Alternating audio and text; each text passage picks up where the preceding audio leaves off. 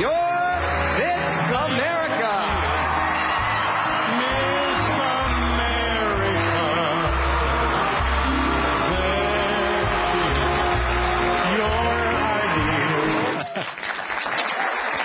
It has been an American tradition since 1921. And this year, the Miss America pageant made significant and very successful changes, switching formats to a reality series leading up to the pageant's finale, where Indiana's Katie Stam took the crown. She joins us along with two past winners who have helped change the face of the pageant, actress and television personality Susan Powell, Miss America 1981, and our own Gretchen Carlson, co-host of Fox and Friends and Miss America 1989. Welcome, all of you. Thank you. Wow. Do you realize how outclassed I am here today? I'm sitting here with three Miss Americas. Well, we were working on that. It took us all morning, but we were. Yeah, but Susan, the camera people have already said that the people will hear my voice, but they will not see me on the show today. Oh, goodness. I don't know. Well, thank you for bringing us all together. This is great. And you know, Miss America has had such an incredible long tradition. I remember as a kid, which was a long time ago. But when Miss America pageant came on, everything stopped. It was the Super Bowl. It was the Super Bowl. All of America stopped. Everyone watched that Saturday night. It was the thing you looked forward to doing. And you waited until Burt Parks came out and made the announcement and sang the song. And if your state was in the top 10, you cheered and you hoped so much. Then Miss America in the last 7 or 8 years went through a tough time. Well, because of cable. Why? I think because of cable. Too many options? So many that television changed so dramatically with the invention of 1,050 channels. So But we're many back on options. track. We're back on track. We had phenomenal talent at this year's pageant. Katie came out on top, and Susan and I had the good fortune of participating in the reality series leading up to it. Katie was my winner on my episode, so I was looking out for Indiana when I was in Las Vegas at the pageant. Well, you know how to pick them then, obviously. Well, she did a fabulous job, and she's going to be a great representative. She's a great Miss America, and it was interesting to put the It was interesting to have the reality series building up to it because we participated in the reality series, we did get to meet the girls beforehand and kind of get a feel for what was going to happen on that Saturday night. And it was great for us contestants, too, because we got to live with each other for 3 weeks out in Los Angeles while we were filming it. So it was a really great experience all around. How tough was it for the pageant to reinvent itself, which is essentially what we've done? It was tough. It was extremely, extremely tough. But the great thing is that we've got a phenomenal board of directors in the Miss America organization who knew what we needed to do in order to turn this program around.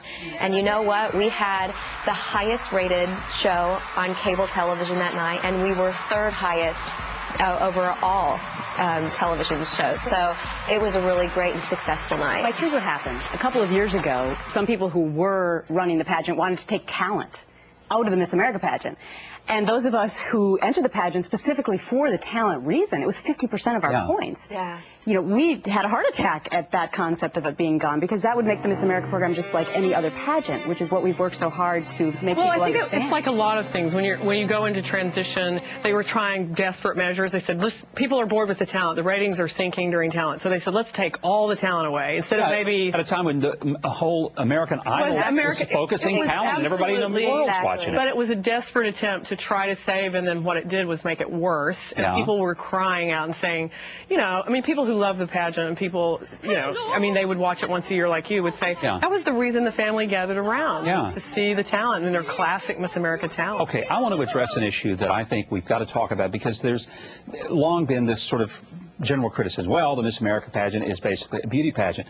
I happen to know, and I know you guys would certainly be able to articulate this, this is a tough competition, and it's not about beauty and swimsuits. It really is about the talent, but it's also about platforms. And Gretchen, you had a very important role to help bring up the idea of having platforms. Well, I was a really serious classical violinist, and so Miss America afforded me the opportunity to perform on a daily basis. So I had the opportunity to reach out to so many kids in schools and just the general public to let them know what this program was really about. And so that year I spoke a lot about the arts, and the next year the Miss America program developed something called the Platform, where now Katie will spend her year with a sense of purpose, which really added something to the program. It's really about scholarships, and you're a Stanford graduate. Oxford study. I mean, that's not exactly the domain of somebody who's an airhead, to be blunt.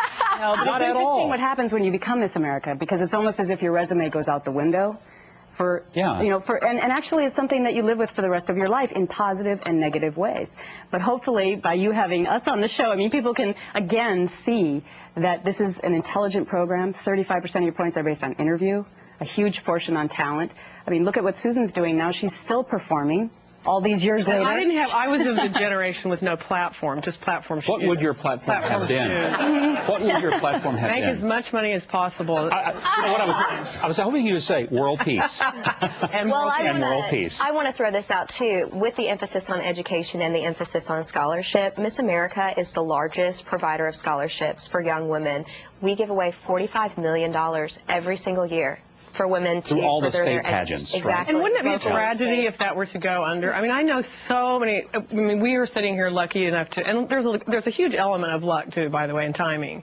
But we're lucky enough to have won it. But I love the stories. The stories I love the most are on the local and the state level, in every state where you hear miraculous stories about girls who literally would never have left their hometowns, which is not a horrible thing, but they could never have had the education and shot for the stars had they not had the money and the experience doing pageants. And Katie, you come from a small town. I do. Seymour, Indiana. That's right. Your folks are corn farmers out there. Did you dream as a little girl, I'm going to be Miss America someday? I did. It's so funny.